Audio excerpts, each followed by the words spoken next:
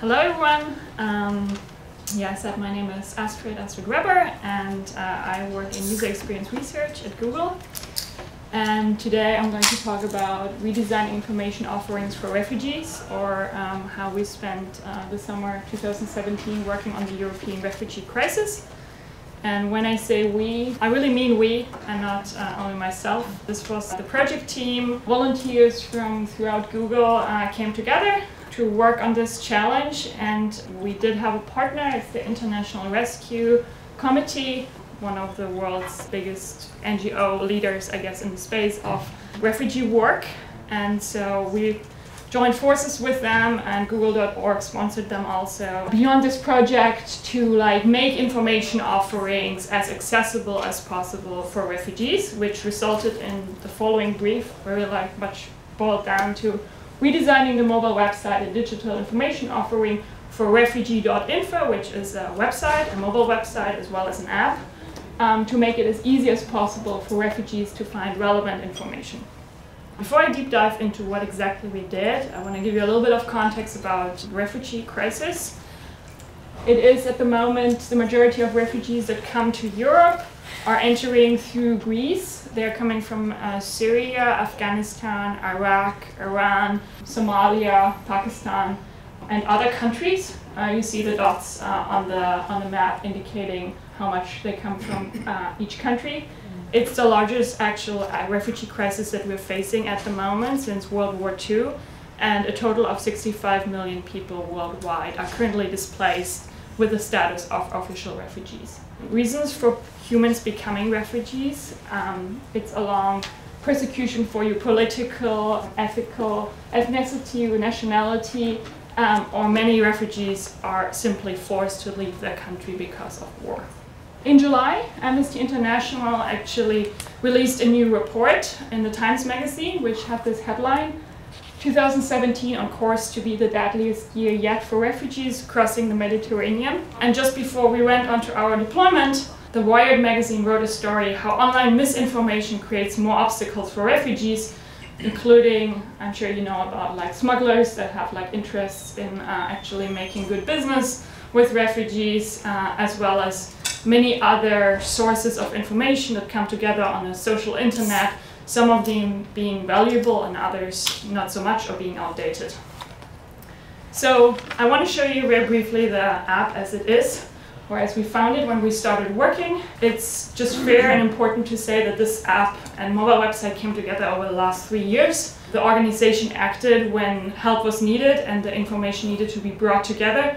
So you see an organically grown app over 3 years with a lot of information on it. And it became such a density that even the organization itself in the end sometimes didn't know where exactly things were. So there is a wealth of information on one side and a terrible usability on the other side. Just to give one example, you see the little map here in the middle with the pins, which looks really good because you can tell, okay, there's different services probably for me available, points of interest throughout the city. But the bad thing is you cannot actually know what is hidden behind each pin. You have to go to a different side. So you're losing the geographic information if you want to know the content, which I think we can all agree is not a great experience. Back to us in the field, we were following a very classical user-centered design process to structure our work. We started off with doing user research to familiarize ourselves with the needs of the refugees, their daily life, their habits around information gathering, and their journeys actually throughout the website as well as other offerings. And then we brought this information together. We developed the insights and ideated the whole thing, did a brainstorming, and in the end prototyped and designed.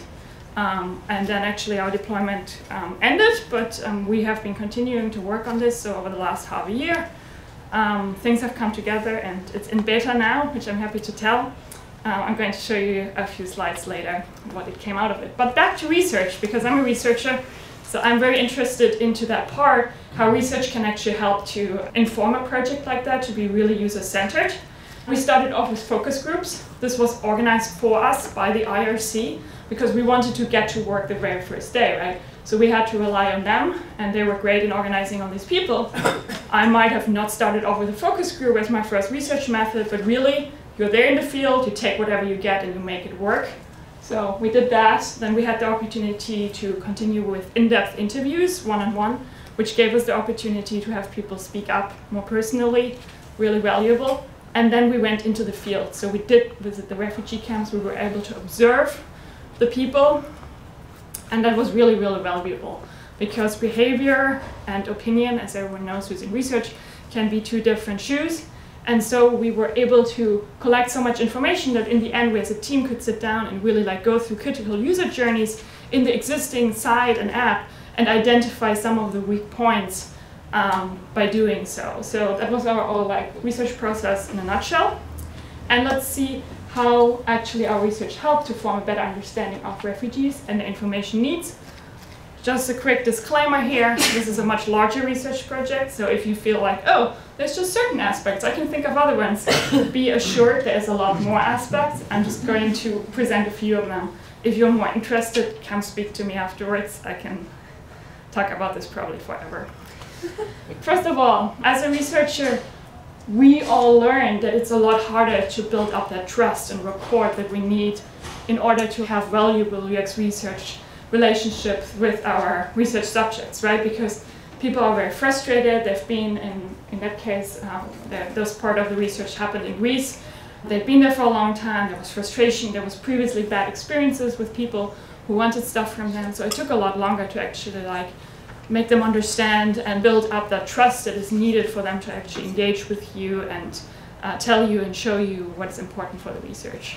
And we needed to manage our information gathering and interacting with the users to the fact that a lot of people were indeed traumatized and had these bad experiences before, so which resulted into us actually not taking video, not photographing, so you will see very little photographs, and those that you see are actually pictures that are not from the research trip, but that are like under a Creative Commons license, because we want to protect the people that we work with. We shied away from like having really large groups. We gave women the opportunity to be interviewed separately.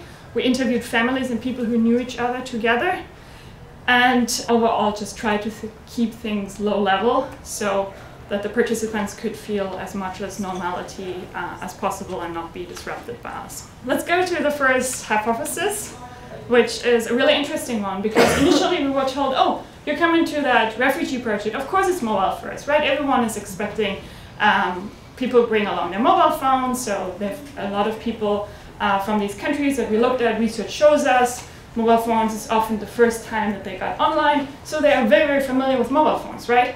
But through our research we actually saw that it is not so much mobile first, but really app first that we should talk about, because while people were very familiar with social media applications and messenger applications through like people and friends that had shown them how to use those, a lot of people actually didn't know how to operate a mobile browser.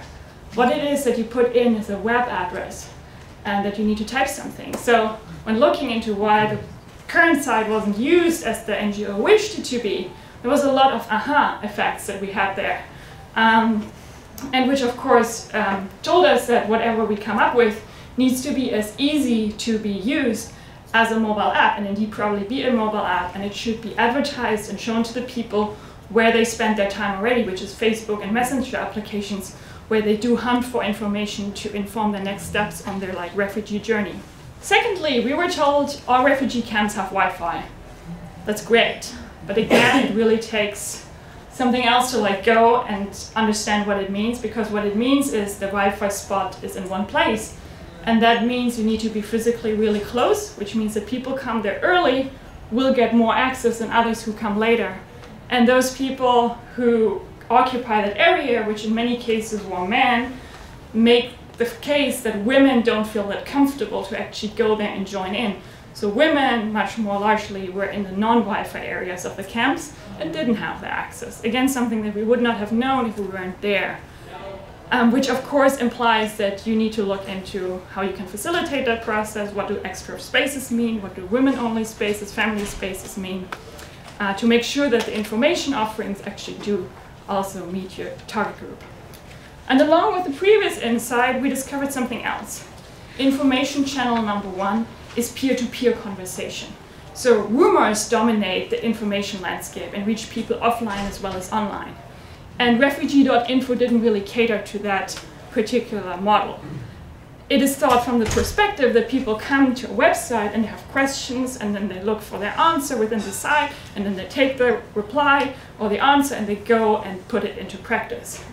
But refugees really wanted to go on the site and verify if that rumor is true, because that is what mattered to them. This is what their friend told them, but it was a friend of a friend of a friend who came up with that, so they couldn't be sure this is actually real and trustworthy information. They also made the experience that policies were changed on them day by day, and that information that didn't have a date when it was released was not worth much, because it could have been already outdated by the time that they needed it. And so with these research findings and many other ones in mind, we developed a new concept for refugee.info, the app, as well as the mobile website, on a clean and very accessible UX design. So one hard piece of that was actually developing a concept for the clickable progress graph that we developed so that refugees could understand their individual asylum case and navigate it and really find that information, because this was like the #1 information need. But this needs to be accompanied by a concept of categories and content that addresses refugees' needs in regard to travel, border control, but also aims to motivate them to take advantage of available education offers, work, and social activities.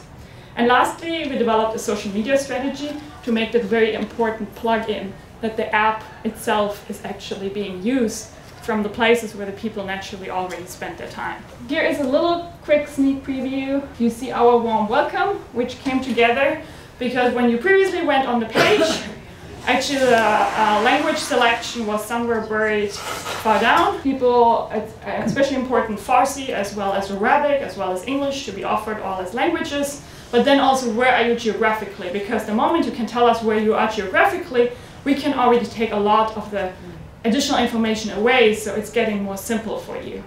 And so rather than having the refugees figure that out for themselves, we guided them through that process.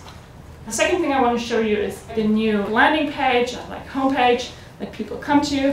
The new information all has like dates, and there is we're developing in the background a way so that this can actually be automatically updated in a rhythm, so people really know that information was released, it was checked for me, and I can trust this information. And we're similarly like Facebook, using like a long scrolling page. So rather than going into a lot of levels of information architecture, the idea is that people can actually browse along and find a lot of content that way. And lastly, I want to point out the bottom navigation bar, which is a lot simplified, so that people can go into categories, find the area that they're interested in, asylum as their big area, and then the area of more is still being updated. All right, and with that, I've come to the end of my talk. It can honestly be overwhelming to work on a subject like that. We heard of people dying along the journeys, families breaking apart, and despair on levels of suicide threat. That is really hard for people who live in very privileged situations, as we all do here in the Bay Area. And showing the empathy and understanding throughout all the steps of the research and the project was really important. I'm really, really glad that we had the IRC as our partner, because they are professionals and we learned so much from them, and they really taught us good lessons in regard to how to interact with users and be like a good researcher, but also a good human being in those situations. And for me personally, the biggest comfort in this context comes from that even though you can't like rescue the individual and you can't like decide over their case because you can't give the people your own passport, you can still or we could luckily work on this bigger idea that we develop this app which hopefully can scale and then give a lot of good information to people to make better decisions to reach places where there is an opportunity to find home again.